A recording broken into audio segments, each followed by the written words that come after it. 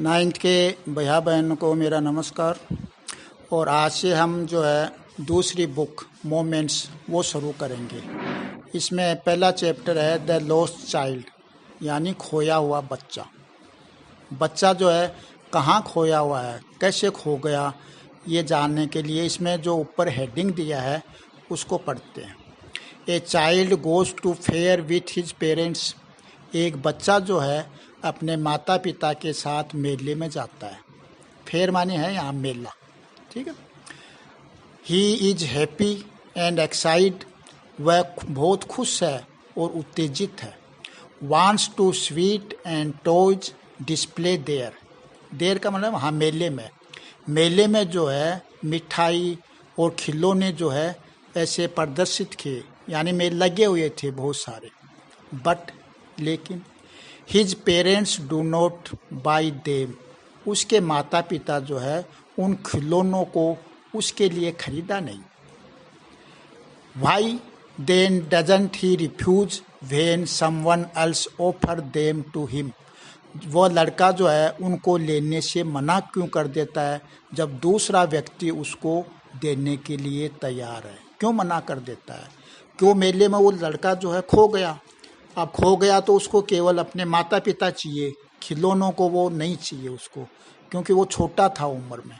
तो ये जानने के लिए अब हम ये कहानी पढ़ते हैं, वो खो गया कैसे और वो क्यों रिफ्यूज करता है। तो it was the festival of spring. Festival होता है त्यौहार, स्प्रिंग मीन्स बसंत, ऋतुएं चलती रहती है। तो सर्दी के बाद जो बसंत की ऋतु आई तो बसंत का त्यौहार था। It was the festival of spring, Basant का त्यौहार था। From the wintry shade of narrow lanes, नेन मानिए सड़कें और एलीज गलियाँ। तो जो संकड़ी गलियाँ और सड़कों से, यानी ठंडी छाँव में, संकड़ी गलियों और सड़कों से ठंडी छाँव में, यहाँ विंट्री मानी ठंडी और शेड मानी छाँव। इमर्ज ए गेली क्लेड ह्यूमैनिटी, यानी बहुत ही प्रसन्न और अच्छे साफ सुथरे कपड़े पहने हुए व्यक्तियों की एक भीड़ आ रही थी या जा रही थी मेले में। सम वॉक्ड, कुछ पैदल चल रहे थे। Some rode on the horse, कुछ घोड़े ऊपर सवार थे। Other sat being carried in the bamboos, कुछ बांस की गाड़ी में बैठे हुए थे। एंड बुलक कार्स, और कुछ जो है बैलगाड़ी में बैठे हुए थे। One little boy ran between his father's leg brimming over with life and laughter.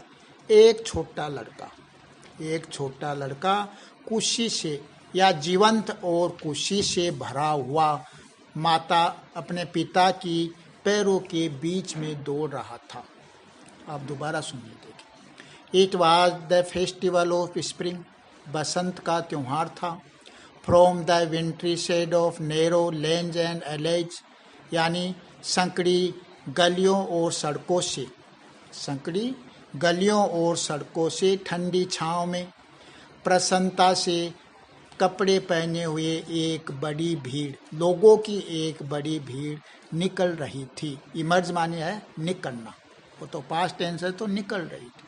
Some walked, कुछ पैदल चल रहे थे। Some rode on the horses, कुछ घोड़ों पर सवार थे।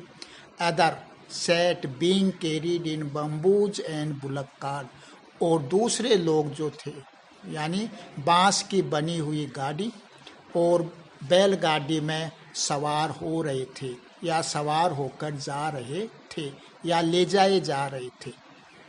One little boy ran between his father's leg, एक छोटा लड़का अपने माता पिता के पैर के बीच या टांगों के बीच brimming over with life and laughter, जीवंत और खुशी से भरा हुआ, यानी दौड़ रहा था।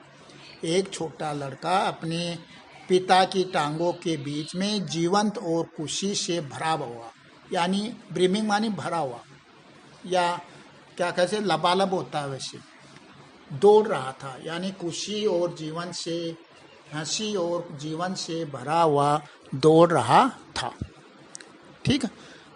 चलो आगे। कम child come called his parents as he lagged behind, fascinated by the toys in the shop that line in the way. तो that line in the way यानी उस रास्ते में, दुकानों में खिलौने से आकर्षित होकर, फैसिनेटेड माने आकर्षित होकर या सम्मोहित होकर, टॉयज खिलौने, शॉप्स दुकानों में, लाइन पंक्तियों में, दावे रास्ते में। तो रास्ते में जो लाइन में पंक्तिवार जो दुकानें थी उनमें जो खिलौने रखे हुए थे उससे आकर्षित होकर, एज ही लेग्ड बिहाइंड, जैसे ही वह बच्चा पीछे रह गया, कॉल्ड हिज पेरेंट, उसके माता पिता ने पुकारा, कम चाइल्ड कम, आओ बच्चे आओ। है सुनो, रास्ते में जो दुकानें पंक्तिबद्ध थी उनमें खिलौने रखे हुए थे, उन खिलौनों से आकर्षिट होकर वो बच्चा जैसे ही पीछे छूट गया था तो उसके माता पिता ने पुकारा, आओ बच्चे आओ। ही हैरिड टुवर्ड्स हिज पेरेंट, वह बच्चा अपने माता पिता की ओर जल्दी से दौड़ा। His feet obedient to their call, उसके माता पिता उनकी काल के प्रति आज्ञाकारी थे। ओबीडियंट मानी यहाँ आज्ञाकारी, तो उसके पैर उनकी काल के प्रति आज्ञाकारी थे। जैसे उन्होंने पुकारा वो बच्चा अपने माता पिता की ओर जल्दी से दौड़ा।